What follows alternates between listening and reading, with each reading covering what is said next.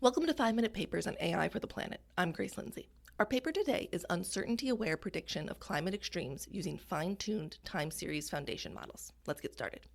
As more and more heat gets trapped in the atmosphere, extreme weather events like storms, droughts, and heat waves will become more common and more extreme.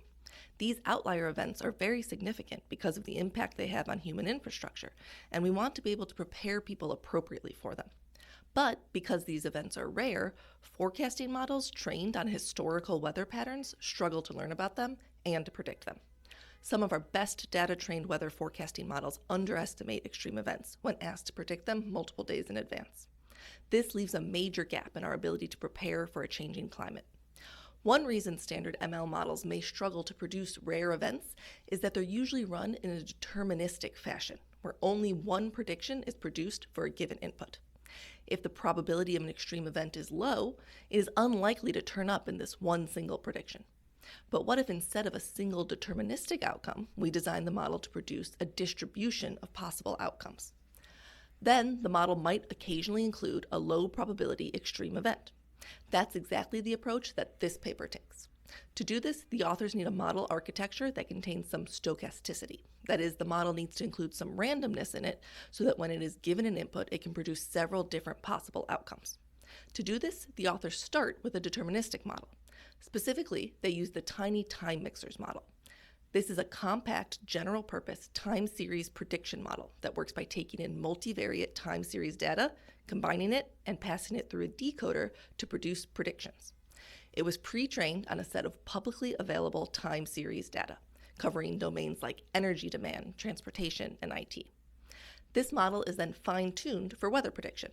To do this, the authors use historical weather data from the Brazilian National Institute of Meteorology. Specifically, they input to the model an extended series of prior weather data in the form of temperature and pressure readings, and update the weights in the model to output a prediction for these variables for a shorter range into the future.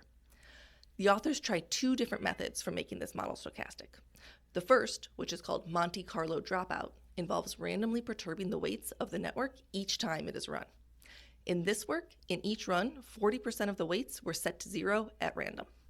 As a result, the model will produce slightly different outputs each time, even with the same inputs. The second approach is to use an ensemble method. In an ensemble method, multiple different models are built, each in a slightly different way, and each one is used to produce a different outcome.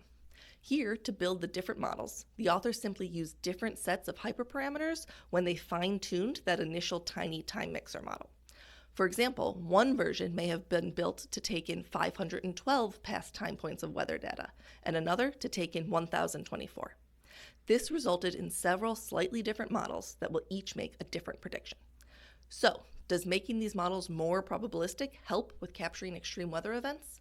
The authors evaluate this by first identifying extreme weather events in their data. For example, a short heat wave is defined as 6 consecutive hours where temperatures remain above the 95th percentile for that month.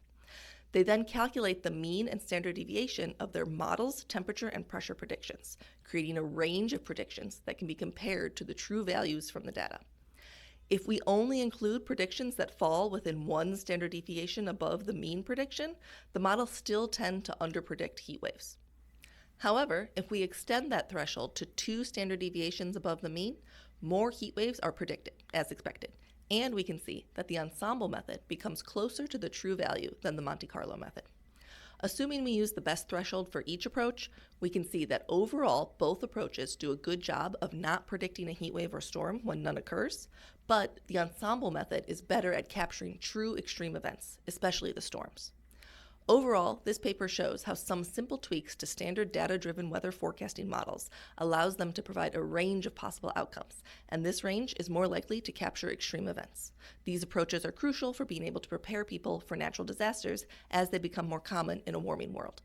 That's all for this episode. Remember to subscribe to this channel for more examples of how AI can be used to better understand and predict our planet.